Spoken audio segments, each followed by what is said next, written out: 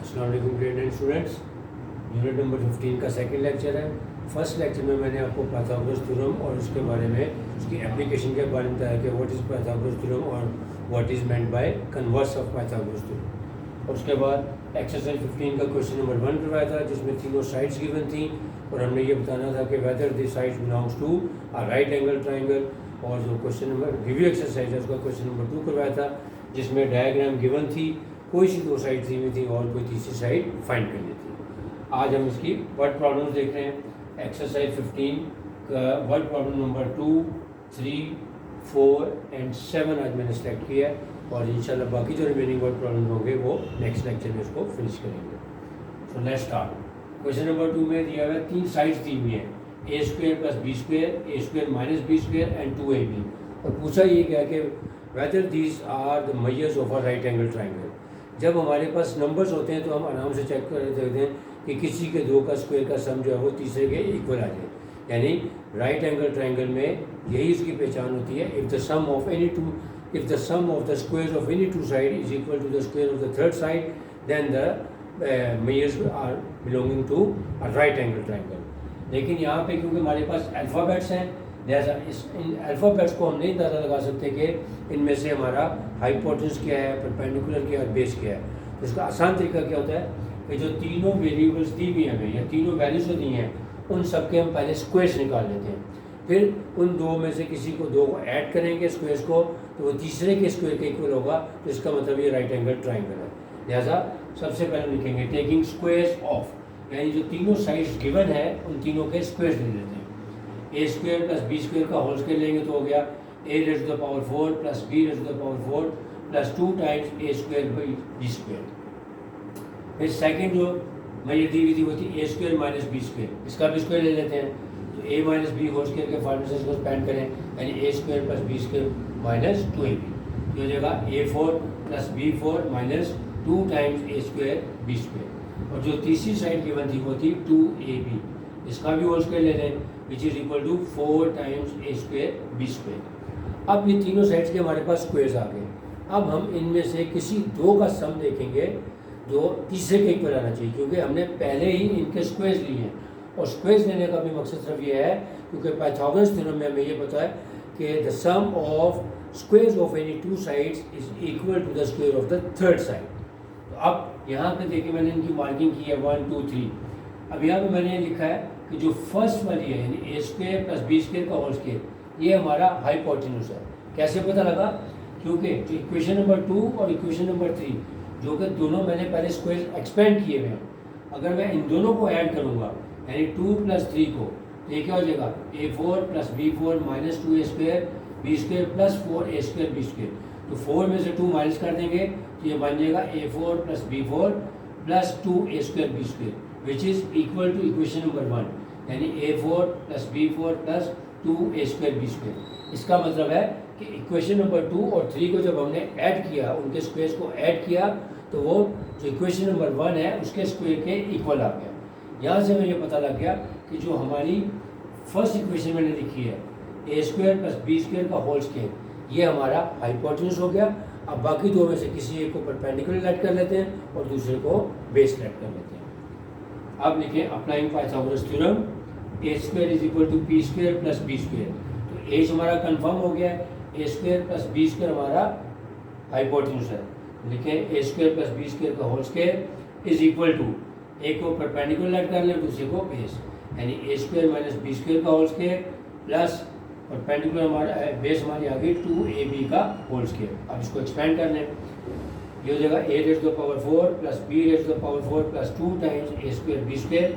अब right hand side पे आ जाए a raise to the power 4 plus b raise to the power 4 minus 2 times a square b square plus 2 का square लेंगे तो 4 और ab का स्क्वायर लेंगे तो a स्क्वायर b स्क्वायर। अब इसको सिंपलेस्ट फॉर्म में लें तो ये हो जाएगा a raise to the power 4 plus b raise to the power 4 plus 4 minus 2 करेंगे तो plus 2 times a square b square which is equal to left hand side. इसका मतलब है अब दोनों साइड्स इक्वल आ गई और यही हमें पहचान होती है कि in a right angle triangle the sum of the squares of any two sides is equal to the square of the third side.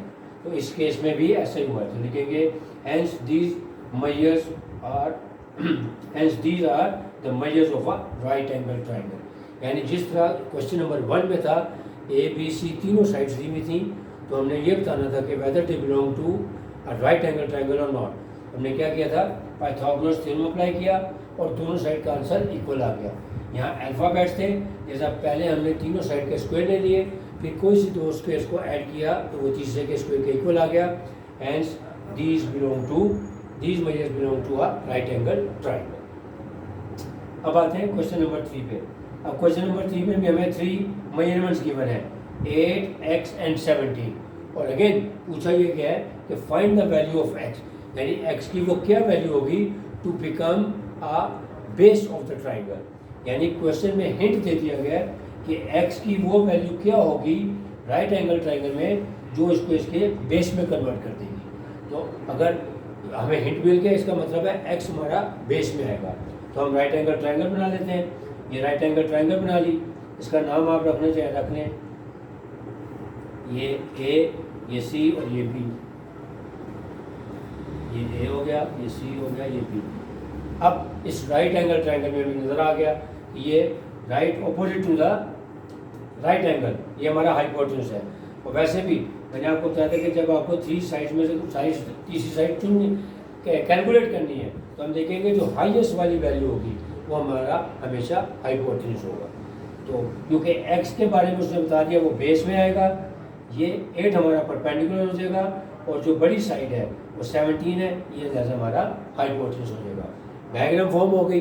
अब इसके ऊपर पाइथागोरस थ्योरम अप्लाई करके हम x की वैल्यू निकाल लेते हैं। So x is the base of the triangle, so applying Pythagoras theorem on right angle triangle ABC, h square is equal to p square plus b square. अब h हमारा क्या आ रहा है AB, which is equal to 17। So 17 square is equal to perpendicular हमारा है AC, ये आ गया 8 का होल स्क्वायर प्लस बेस में हमारा आ गया x, सो x का होल स्क्वायर। अब आगे इसको सिंपली मैथमेटिकली सॉल्व कर लेते हैं। 17 का स्क्वायर लेंगे 289, 8 का स्क्वायर लिया 64 प्लस x स्क्वायर। अब 64 इधर पॉजिटिव है, इधर आके नेगेटिव हो जाएगा, यानी 289 minus 64 is equal to X square.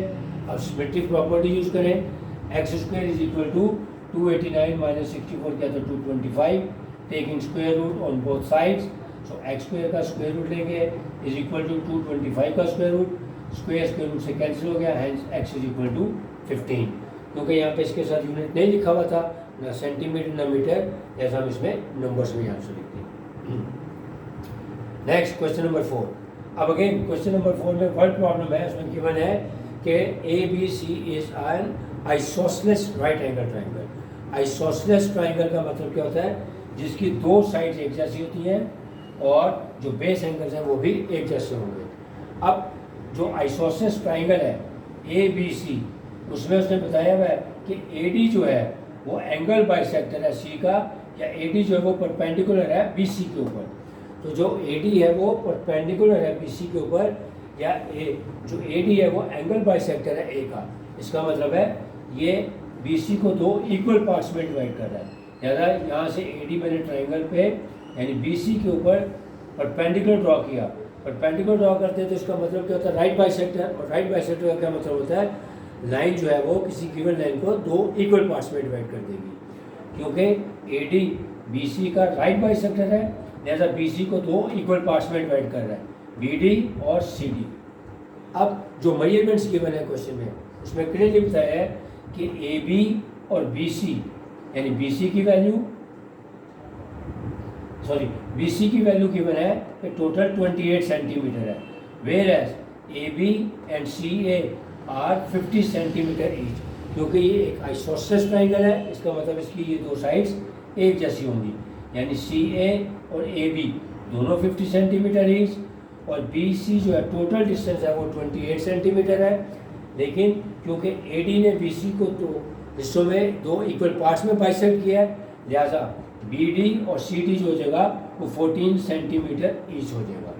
यानी दोबारा समझ लें कि एक आइसोसेलेस ट्राइंगल गिवन है जिसमें AD जो है वो BC पे परपेंडिकुलर ड्रॉ कर रहा है, AB और CA की वैल्यू गिवन है 50 सेंटीमीटर ईच, और BC इज 28 सेंटीमीटर। जब AD BC को दो इक्वल पार्ट्स में डिवाइड करेगा, इसका मतलब ये दोनों BD और CD जो है वो 14 सेंटीमीटर ईच हो जाएंगे। अब हम फाइंड क्या करना है, हमने फाइंड उसने कहा 2 चीज़ें करनी है। मेजरमेंट ऑफ AD यानी AD जो हमारा परपेंडिकुलर है इसकी क्या वैल्यू है, और साथ ही area of the triangle ABC, ये पूरी ट्राइंगल जो है उसका एरिया भी फाइंड करना है। तो पहले हमने डायग्राम बना ली, इसको समझ लिया। अब हम इस पर पाइथागोरस थ्योरम लगा के पहले AD की वैल्यू निकालेंगे।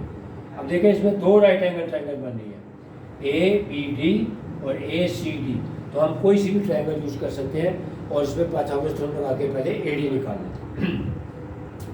Applying Pythagoras theorem on triangle ADB, मैंने पहले ADB पे पाइथागोरस थ्योरम लगाने लगा। इसका मतलब ये हमारा हाइपोटेन्यूस है, ये हमारी बेस है और ये परपेंडिकुलर AD हमने फाइंड करना है। फार्मूला लिखें, AB स्क्वायर यानी हाइपोटेन्यूस हमारा क्या है AB, so AB square is equal to perpendicular का, परपेंडिकुलर हमारा AD यानी AD स्क्वायर प्लस बेस हमारी क्या है BD, so BD square. So AB square is equal to AD square plus BD square, क्योंकि AB हमारा हाइपोटेन्यूस है, AD हमारा परपेंडिकुलर और BD हमारा बेस आ रहा है। अब वैल्यूज पुट कर देते हैं। AB की वैल्यू गिवन है 50 सेंटीमीटर, तो होगा 50 सेंटीमीटर का whole square is equal to AD square, ये हमने फाइंड करना है, प्लस BD की वैल्यू गिवन है 14 सेंटीमीटर, तो इसका होल स्क्वायर ले लें। अब 50 का स्क्वायर लिया तो होगा 2500 centimetre square is equal to AD whole square, वैसे ही आ गया, और 14 का जब स्क्वायर लेंगे तो आ जाएगा 196 सेंटीमीटर स्क्वायर। अब अगेन 196 सेंटीमीटर स्क्वायर को इधर शिफ्ट कर दें तो ये हो जाएगा AD square is equal to 2500 centimetre square minus 196 centimetre square, so AD square is equal to 2304 centimetre square. ये आ गई AD स्क्वायर की वैल्यू, लेकिन हमने क्योंकि AD फाइंड करना है तो taking square root on both sides, so AD square का स्क्वायर रूट लें और 2304 सेंटीमीटर का स्क्वायर रूट ले लें। ये स्क्वायर रूट से कैंसिल हो गया, यहाँ पे आ जाएगा AD इज इक्वल टू 2304 का स्क्वायर रूट तो आया 48 सेंटीमीटर, और ये स्क्वायर रूट से कैंसिल हो गया। इसका मतलब है कि AD जो हमारा परपेंडिकुलर है उसकी वैल्यू हमने निकाल ली, वो आ गई 48 सेंटीमीटर। अब हमने फाइंड क्या करना था, एरिया ऑफ ट्राइंगल ABC। तो ट्राइंगल का एरिया फाइंड करने का फार्मूला होता है 1/2 multiplied by base multiplied by height. Formula लिखें, now area of triangle ABC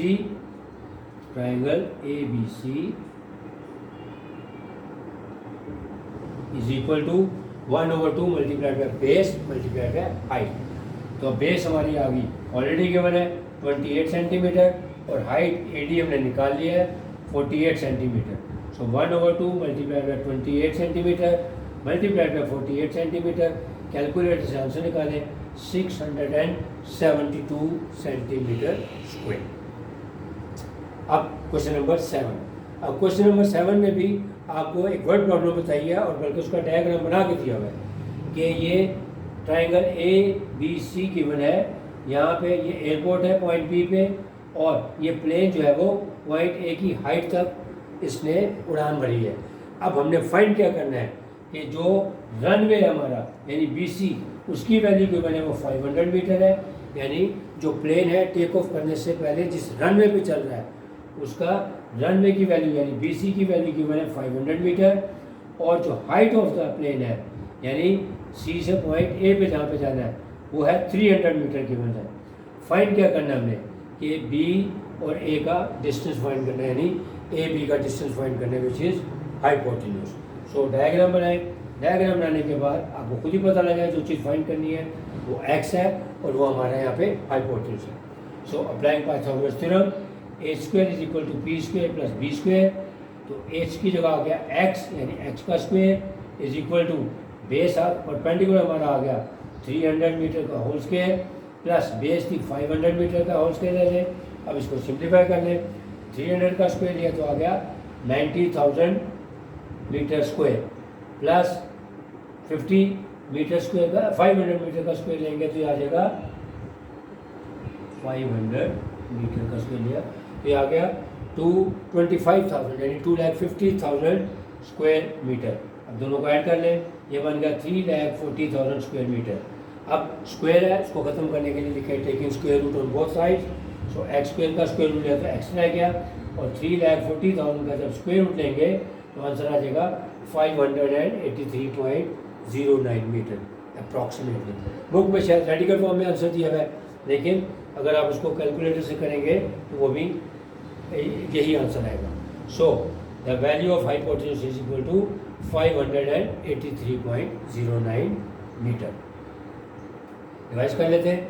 जो वर्ड प्रॉब्लम्स है इसमें सिर्फ आपने ध्यान से उसको पढ़ने के बाद उसकी डायग्राम बनानी है। जब डायग्राम बन जाती है तो उसमें पाइथागोरस थ्योरम अप्लाई करना आसान हो जाता है।